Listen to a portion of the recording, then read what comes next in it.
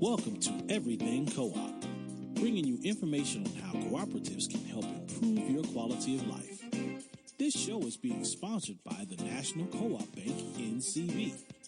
The NCB is dedicated to strengthening communities nationwide for the delivery of banking and financial services for the nation's cooperatives, their members, and other socially responsible organizations.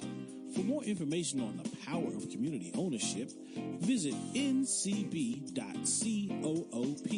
That's ncb.coop. Now stay tuned for your host, Vernon Oakes. Hi, this is Vernon Oakes, and we're on the mall in D.C. This is Co-op Festival on the mall, and we're here with Kevin McClinton, who is with Riceland. Hi, Kevin. Good afternoon. How are you, sir? I'm doing great. Are you having fun out here in the mall? We're having a great time on the mall. We've had a lot of foot traffic today. We're educating a lot of people about rice and the habitat we create for a lot of water birds out there. What does birds have to do with rice? We see growing rice is in an aquatic habitat. So there's a lot of birds, a lot of ducks, a lot of water birds that love that habitat. So we're producing rice to feed people here in the United States and around the world. But after we're finished producing rice, we turn it over to ducks and we let them have the rest. Okay. So Riceland is a cooperative? We are a cooperative. Riceland was formed in 1921. We are a marketing and processing cooperative. So our farmer owners who own the cooperative, they grow the rice on independent farms, and then they bring the rice to us, and we process the rice, package it, and market it here domestically and all over the world. So in my definition, I call you a marketing cooperative. You are the ones that the farmers come in and they own Riceland. So all of the farmers own Riceland as a form of a cooperative, and then you all process it and market it. And therefore the farmers can get more markets and hopefully a better price. Is that right? That's exactly right. What we're doing is we're trying to keep our cost as low as possible. So we're milling the rice, we're storing the rice for the farmers, and then we're packaging that rice and we're moving it into the market. So what we're trying to do is keep our cost as low as possible, and then we're returning all of those profits back to the farmer. How do you return the profits back to the farmer? You see, the farmers own the company. So there's no shareholder to give it to. There's no dividend to pay out to shareholders. They are the owners, so they get all the money back. Okay, so I guess in one way, then they own the stock. And they are, in fact, the owners are the members. They are the stockholders, and when there's a dividend, they get it. That's exactly right. It's all returned back to the farmer. That's one of the reasons I love co-op, by the way. You bet. You bet. Us too. On this program, we've been in existence now for 5 years, and one of the questions I ask people is, do they like what they do? So do you like what you do, and why? I really do. I love what I do. Working for farmers, I like to say farmers are the salt of the earth. They're some of the best people out there in the country. So love working for farmers, love trying to build a family farm business, which is a cooperative. So we just really love the cooperative model. It really works for us. What causes it to work for you guys? I think because we're working for farmers, that means all of our board members are farmers. So we've got men and women that are coming off of the farm, coming into the boardroom and making decisions about the business. So they're more in tune, more in touch with what's going on the farm. So they're going to make the best decisions for the cooperative. Okay.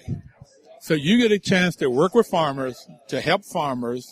That's why you love this business. And then you get a chance to interact with them, and they make the decisions on what this business will do to help them. And if they deal with Principle 6, what they will do to help our communities and social responsibility. That's exactly right. You know, farmers in the communities where we live, agriculture is the driver of the economy. So when farmers do well, the hospitals do well, the schools do well, and all the businesses that support agriculture do well. So agriculture is the heart of the community, which means the co-op is the heart of the community. All right. We're out here on the mall in D.C. looking at the Capitol. It's green. It's pretty. There's a lot of people out here. And you've been having fun with these people. We have seen people, I think, from every nation on the globe today. We're educating people about rice today. People are learning that brown rice and white rice are really the same rice. It's just processed a little further. And we're also getting to educate them about the wildlife habitat that we're making on the farm. Well, I just tasted your rice and cheese with broccoli in it, and it was great. It tastes really, really good. Right. We've got a lot of mixes. A lot of people just like regular rice, but you can add a lot of spices and flavor to it and come up with anything you want. So we try to put something out there for everyone. Okay. I always thought that rice was in China somewhere where people were stomping around in the rice farms. I didn't know, in Arkansas? That's where you all are based? That's right. Over 50% of the crop that's grown in the United States is grown in Arkansas.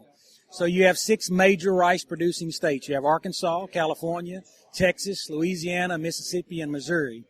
And those 6 states produce over 99% of the rice here in the United States. But Arkansas is the big one. It grows 50% of the crop. So we produce our own rice here. 99% of the rice that's eaten, consumed in the U.S. is produced in the U.S.? About 85% of all the rice that is consumed in the United States is grown in the United States. There are some rice from other countries coming in, from Thailand and India, which would be some aromatic rice, jasmine, basmati. But 85% of all the rice consumed in the United States is grown, processed, and packaged right here in the United States. Okay, now, being in a co-op, rice land, the farmers in a co-op, do they have a say at what price they sell you the rice for? So do they do that? Well, rice is just like many other commodities. Obviously, there's a commodity market. Prices moves up and down based on supply and demand. We only, in the United States, we only produce about 1.5% of the world's rice crop, okay? So we don't really dictate the world price. So we have to look at prices from all over the globe, and that impacts the rice price here in the United States. But is there any benefit for that farmer in pricing by being a member of Riceland, that they don't end up starving if the rice price of the commodity in the world goes down? Yeah, the great thing about being a member of a cooperative is we have other businesses that create value added, all right? So if you're not a member of a co-op and you're selling your rice, let's say, to a major exporter, once you sell that rice and you get paid, you're finished, right? But if you sell it to a co-op, especially selling rice at the retail level, you get the commodity price, but then you also get that additional margin that's made at the grocery store shelf. Because again, you're the owner, you get the profit, right? So it comes back to you. Fantastic. So the first principle of cooperative says that the co-op is open to all people, no matter gender, race, whatever, just open. Is that the way Riceland works also? That's exactly the way we are. We're called an open co-op. So anyone who wants to come, market their rice through Riceland, all they have to do is come, sign an agreement, and they're a member. So is it one member, one vote? It definitely is a council. It's the way we have the state split up into councils. So the councils elect the board. We have a 25-member board. So the local councils, they elect the board member that they send to Riceland, to the Riceland board. Okay. So you're having fun, making money. The farmers are the ones that really tell you what to do and how to do it by electing this board through the councils. Okay, any other thing that Riceland sort of stands out that really, really functions well in the marketplace? I think the best thing that we deliver on, obviously, is innovation in new products. We've got a whole list of products over here that we're trying to show people today. We're trying to use rice in new ways. When we mill rice, we're milling the bran off of the rice. There's oil in that rice. So we're actually extracting oil from rice bran. And rice bran oil can be used for frying food. It's non-allergenic. It's got a very high smoke point. So a lot of restaurants are switching over to rice bran oil as maybe children come in with peanut allergies or vegetable oil allergies. They're frying food in rice bran oil because they know it's safe. There's no allergies.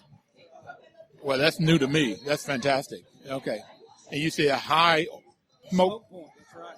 So that means you can put more flame to it without it burning or losing its elasticity or whatever it is? That's exactly right. You can fry food at 475, 490 degrees, and it won't smoke. And what that does, that means the food comes out really crispy and not oily. And also, the oil has a long life. You can use it over and over and over, and it still has the same qualities. So you don't get that old burnt taste or smell from the oil. That's exactly right. It stays fresh. Well, looking out here on this mall, there's a lot of people. I'm going to let you get back to having fun, and I want to thank you very much, Kevin, from Riceland and Arkansas. I want to say Arkansas. Well, thank you. We appreciate you being here. All right. Thank you. So we're back here on the mall. We're sitting around looking at people. There's a lot of people out here.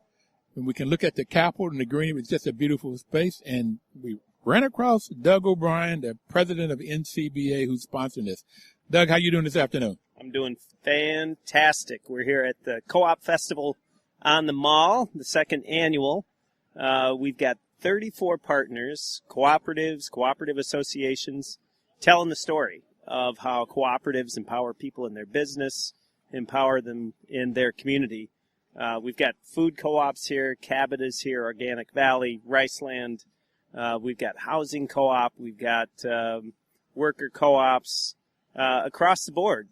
And I got to tell you, Vernon, the thing I probably like best, I mean, beyond it's a beautiful, amazing place. You see the Capitol in the background, the Washington Monument, the Smithsonian Castle.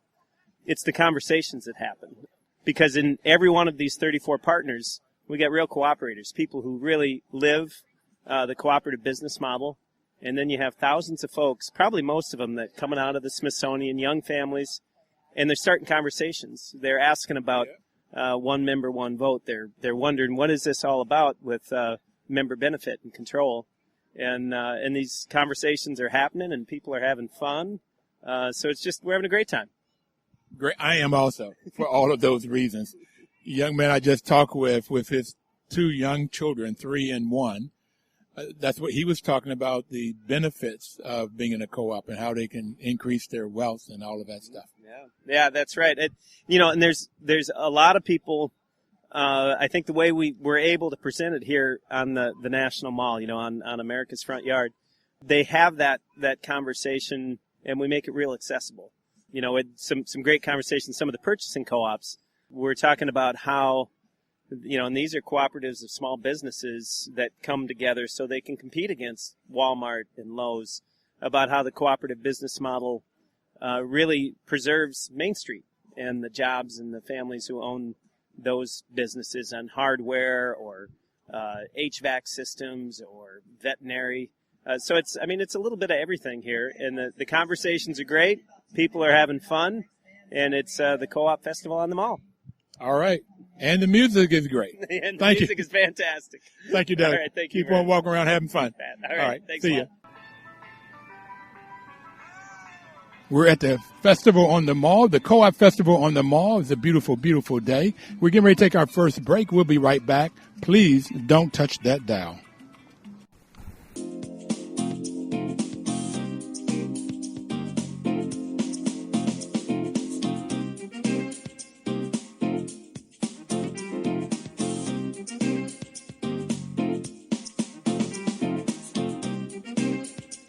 Washington, D.C.'s News Talk, 1450 AM WOL and 95.9 FM.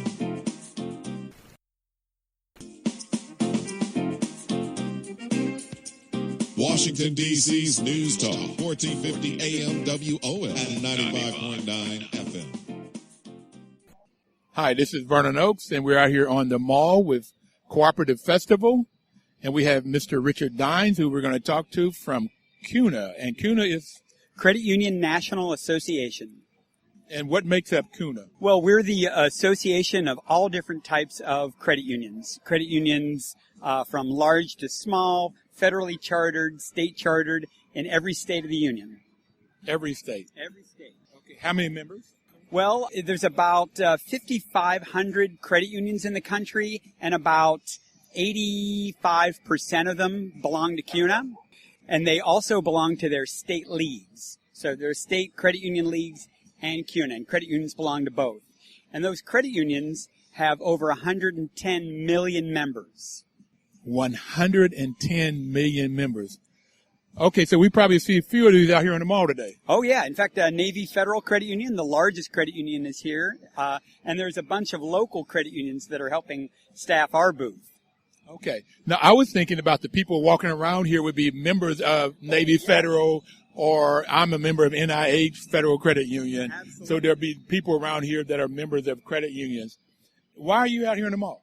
So we're out here because we are part of the cooperative business community, and we want to represent credit unions and make sure everybody understands that credit unions are cooperatives. We're not-for-profit, member-owned cooperatives, just like farmer co-ops and worker-owned co-ops and food co-ops and housing co-ops, and we want to make sure that people, understand that when they belong to a credit union, they're a member of a cooperative. And most people don't know that. Yeah. I did not know until I started getting in this work. Right, yeah. Most people don't know that credit unions are cooperatives because, unfortunately, they've got the name credit union, so it doesn't sound like a co-op, but they are indeed cooperatives. And I joined my first credit union because they had better car loans. Mm-hmm. Yeah, and I think that's why people generally belong to credit unions is because we have better rates. We have higher rates on savings, lower rates on loans, and we give a better deal to members of credit unions because we're not for profit, and we return our profits, our surplus, back to the members in terms of better rates and better service. So I just want to make sure that everybody understands what you're saying. That is, Richard, when somebody comes in to get a loan to buy a computer or a car or even mortgages now, they can normally get a better rate, a lower rate on that loan at a credit union because you're not out for profit. Exactly. We're not every quarter trying to return the highest return to investors. We're there to provide the best possible service and best rates for our members. And on the other side, if I put my money into a savings account with my credit union, like anybody else, if they have more money in a savings unit, a CD or other kind of savings, you normally can get a better rate of return from the credit union. Yep, you will usually get better rates from your credit union because, indeed, all the financial benefits go back to the members. They don't take any money and give it to investors like they do at banks. And probably that investor at the bank probably don't even live in the community. Exactly. Maybe not even live in the U.S., and they take that money, the profits out of the community, perhaps out of the U.S. Yeah, in a credit union, your money stays in the community, stays in the cooperative that you own. Richard, are you having fun out here? I am having a great time. This is terrific. Lots of folks have been coming by and learning about cooperatives, learning about credit unions. It's been a terrific day. But what are you doing with this money thing? You having kids going there? Because they look like they have fun in there. Yeah. Maybe I wanted to go in there. What are they doing? So we've got a cash grabbing machine here. One of those machines you sometimes see at, on quiz shows or something like that, where you go in and the money just flies everywhere and you have to grab as much as possible. Unfortunately, it's not real money, though. Oh, I wanted to get in. That's why the line isn't bigger. Okay, I got it. That's right. Not real money, but the kids are having a gas doing it, and even some adults are having fun. Okay. Yeah. Do you enjoy your work? I do. I love working for credit unions and making sure that our voices are heard up on Capitol Hill and in state capitals around the country, and making sure that credit unions are able to return as much benefit as possible back to their members as they can. Okay. In 07-08, in the big recession, Congress came in and made all of these reports you had to make, all of these kinds of things. Okay. And I kind of thought that was unfair to credit unions. Yeah, I think, unfortunately, when the Great Recession happened back in 2008, 2009, the Dodd-Frank Act that passed was really meant to remedy a lot of the problems that were in the financial system. And unfortunately, a lot of those regulations also were put on credit unions, which did not cause the financial collapse. That was all the fault of the big banks. And so we're still trying to roll back some of those regulations, particularly on credit unions and other community financial institutions. And we were successful earlier this year getting one bill passed S2155, which did that to a certain extent. But we still got a long ways to go to make sure that that the same regulations that are being put on big banks to make sure that they're not bringing down the whole financial system aren't also put to burden small credit unions, which are busy serving their members. So you have products, loans, mortgages, whatever, that helps your members, and you won't give those loans that the interest rate goes up over time, which then or put people in loans that mortgages that they cannot afford in the future. And you know, those banks knew in the future that people could not do those loans. Exactly. Yeah, the banks were involved in really risky, what were they calling, liar loans and loans with not looking at any kind of documentation. Credit unions have always understood their members, and they will lend to their members based on a personal relationship, because credit unions are owned by their members and they understand who they are, so they know usually if they're going to be a good risk or not. It's not like we're at big banks. They're just out to make as much short-term money as possible and not worry about the consequences later on. Thank you, Richard. I'm going to let you go back to having fun. Absolutely. There's a little boy took his hat off, getting ready to go in and grab some money. Yeah. All right. Thanks very much, Vernon. I may have to go in after him. I don't know. Yeah, grab some money. Thank you, Richard. Thank you. All right. So we're on the mall at the Co-op Festival, brought to us by NCBA. And I have one person walking around with his son. My family, yeah, my wife. She's with my daughter over there at the exhibit right there, and this is my son. And we're just, out and about in D.C., third, fourth generation Washingtonians. And this is, I guess, a great way to inform D.C. residents of cooperatives. I assume I'm going to check things out just to, see what this is all about. And what's your name, sir? Linwood Bunch. Third generation Washingtonian? Yes. Okay. So how did you hear about this? So we actually were going to the Air and Space Museum. My daughter is, she's fascinated with space. And so we were going to go to the Air and Space Museum, and so we seen cooperative. Okay. So that stuck out in my mind. Let's see what this is about. Hopefully they got some information that's useful. Okay, I'm glad you did. How old is your daughter? So my daughter she'll be 3 in December. Okay, and your son? He's 4 months. Man, it's good to see you out here with your family and learning about co-ops, because co-ops are all about family. Right. Now, you said you wanted to know more about co-ops in the district? Yes. And how a family can go about taking part in that resource. I mean, because that is a definite pathway to middle class, as our mayor always promotes the pathway to middle class. So, we're currently on a cooperative waiting list now, and that's 2nd Northwest on 5th and O. I'm not sure if you... I know it. So that's a housing co-op you're on a waiting list to get into. Yes. Okay. Because that is the setup that they have is like unbelievable. It's ownership.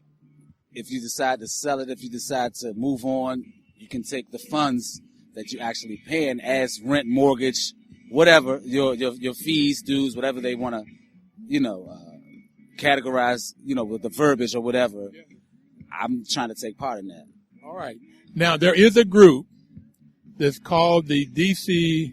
Cooperative Stakeholder Group, and it's about halfway down here in front of the Smithsonian. Okay. And they have lists of co-ops in the district. Okay.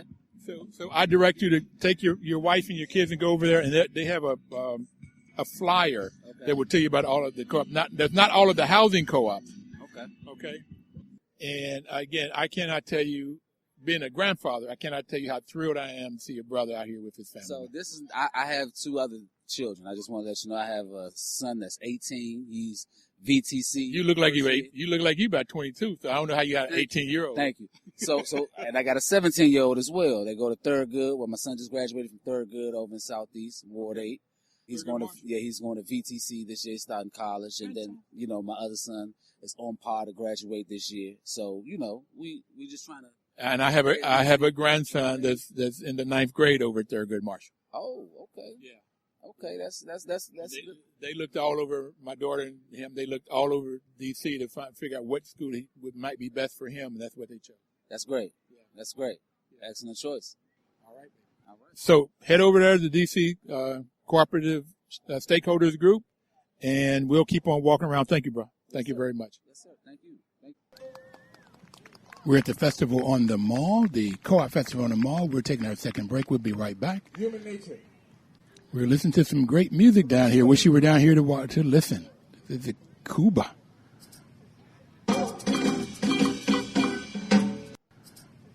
Please don't touch that dial. We'll be right back.